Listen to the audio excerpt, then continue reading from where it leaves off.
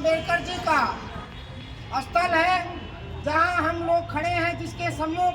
यहाँ सामने बाबा साहब डॉक्टर भीमराव अम्बेडकर जी का अस्थि कलश है। उसको नमन करने के लिए बाबा साहब में श्रद्धा, आस्था, विश्वास रखने वाले तमाम अम्बेडकरवादी लोग, खास तौर पे बाबा साहब डॉक्टर भीमराव अम्बेडकर जी द्वारा स्थापित सेना, समता सैनिक दल और बाबा साहब की भारतीय बौद्ध महासभा मुंबई से चलकर बाबा साहब के पौत्र आदरणीय डॉक्टर भीमराव यशवंतराव अम्बेडकर जी कुछ ही क्षणों में यहाँ पधार रहे हैं। उन्हीं के साथ साथ इस आह्वान पर इस अम्बेडकर महासभा को प्रतिस्थापित करने हेतु जो आज की सत्ता हुकूमत ने अपनी मनुवादी सोच को दर्शाया है, उनकी मनुवादी सत्ता हुकूमत की सोच को विरोध में यह बाबा साहब डॉक्टर भीमराव अम्बेडकर जी के तमाम संगठन, खास तौर पे जो बैनर देख रहे हैं, राजेश सिद्धार्थ जी के साथ में सैकड़ों की संख्या में चलकर हमारी महिलाएं, मातृशक्ति,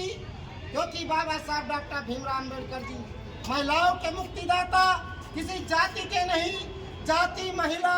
देश की तमाम हिंदू धर्म के या जाति धर्म के, विशेष धर्मों के, जाति धर्म की महिलाओं के सबके मुक्तिदाता बाबा साहब डॉक्टर भीमराव अम्बेडकर जी की अस्थि कलश को नमन करने आए।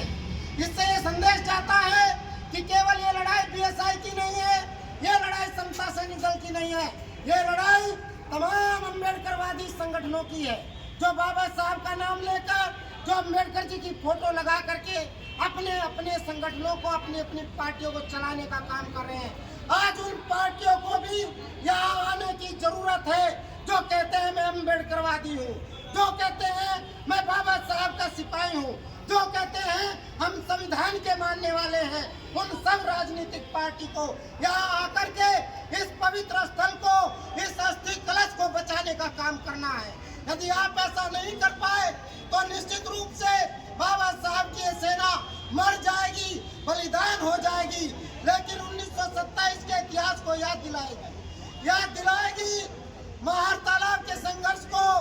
और याद दिलाएगी भीमा कोरेगांव को, क्योंकि हम बाबा साहब के सम्मान के साथ कोई खिलवाड़ नहीं देख सकते। और ये सब अम्बेडकरवादी लोग आए हैं, इसलिए